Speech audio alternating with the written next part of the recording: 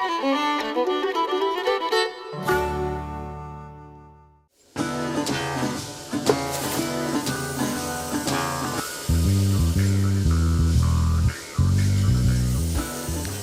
a small shop in a basement beneath his Mobile County home, there's a man making knives. His name is Chip Jordan. Yeah, I'm born and raised right here in Mobile. I've been Alabamian since day one, I guess. Ended up here in Theodore. I met my wife, she was from here, and I think it's 27 years ago now, and we've been here that long right here.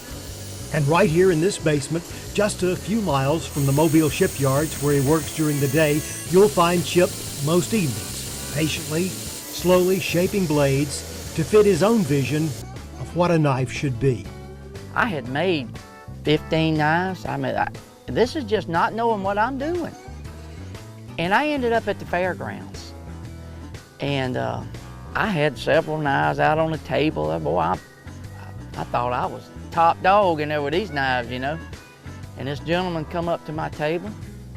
He looked it over and he stood there a minute. He's pretty good. He said, but I tell you what, you need to come over to the house sometime. He says, I'd like to work with you a little bit on this.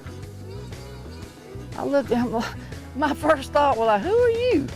The man at the table was famed Gulf Coast knife maker Paul Levitard, who'd been making knives himself since he was 12. It was Chip Jordan's lucky day. And I'm gonna tell y'all what, I darn near lived at his house for a year. Just because of him, he's the reason where I'm at today. I asked him one day, I was at his house, I said, Mr. Paul, I said, how much are these classes? I mean, what are you gonna charge me to learn how to do this? He looked at me with a serious look. He said, I tell you what, you just pass this craft along. He said, that's plenty enough for me. So the apprentice took the knowledge and began the process of continuing the ancient craft of knife making. As far as the capability of these knives, they will hold an edge and they will stay sharp. You're not going to damage this blade. I tempered it. There's a hardness tester. There's my oven. I know what this knife is capable of. Yeah, I'm constantly trying to better myself or better my product, more say, and trying to get it where it will suit you. You're thinking all the time about how to satisfy everybody. But for those few who still doubt the quality of the blade, Chip Jordan has an answer. I had one gentleman come to my table one day, he's just bad-mouthing my knives and blades all in general.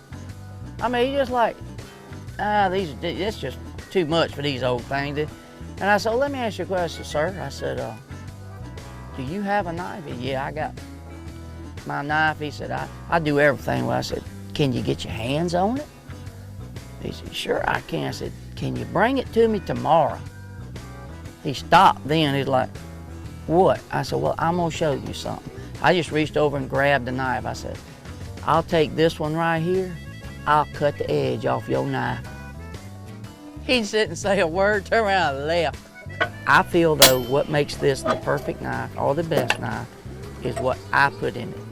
I put my whole heart and soul into these when I make them.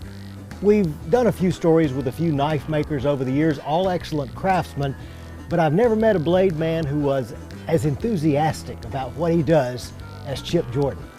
And it shows, because the Chip Jordan knife is absolutely Alabama.